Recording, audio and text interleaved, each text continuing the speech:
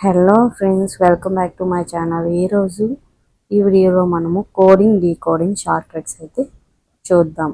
మీరు ఆర్ఆర్బీకి ప్రిపేర్ అవుతున్నా సరే, బ్యాంకింగ్ ప్రిపేర్ అవుతున్నా సరే, ఎస్ఎస్సికి ప్రిపేర్ అవుతున్నా సరే, ఈ షార్ట్ ట్రిక్స్ అయితే మీకు చాలా యూస్ఫుల్ అవుతుంది. అండ్ అలానే ఈ వీడియో కానీ మీకు నచ్చినట్లయితే లైక్ చేయండి. అండ్ అలానే ఈ చిన్న ఛానల్ని కూడా సపోర్ట్ చేయండి మీ సబ్స్క్రిప్షన్తో. ఇప్పుడు వీడియోకి వెళ్ళిపోతాం.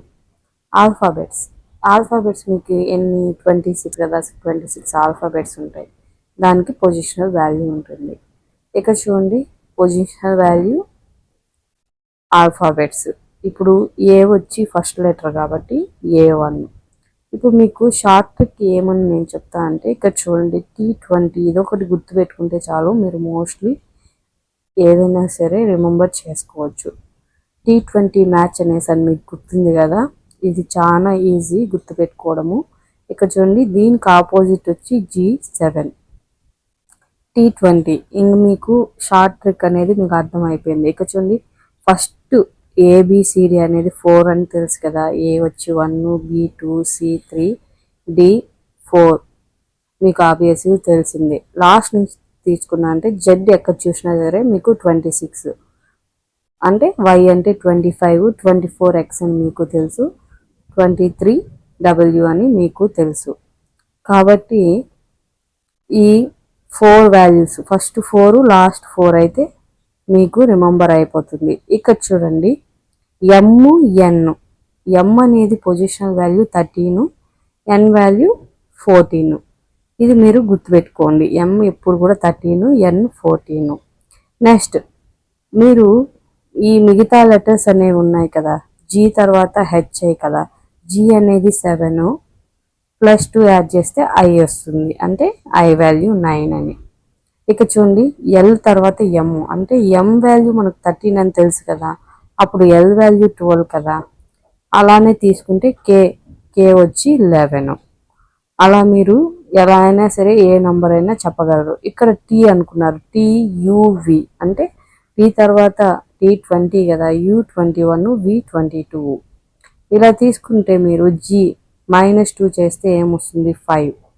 అంటే 7 - 2 ఎంత, 5, అంటే ఈ వాల్యూ. ఇక్కడ చూసారంటే N తర్వాత N 14 అయినప్పుడు OPQ. మీరు +3 + 4 అనేది ఈజీగా యాడ్ చేయొచ్చు. కాబట్టి మీరు మిడిల్ వాల్యూ T20 అనేసి అని షార్ట్ ట్రిక్ చెప్పాను కదా, ఇది మీకు చాలా యూస్ఫుల్ అవుతుంది. G7 అండ్ అలానే M13, N14. ఇంకా obviously first 4 letters, last 4 letters మీకు తెలిసిందే.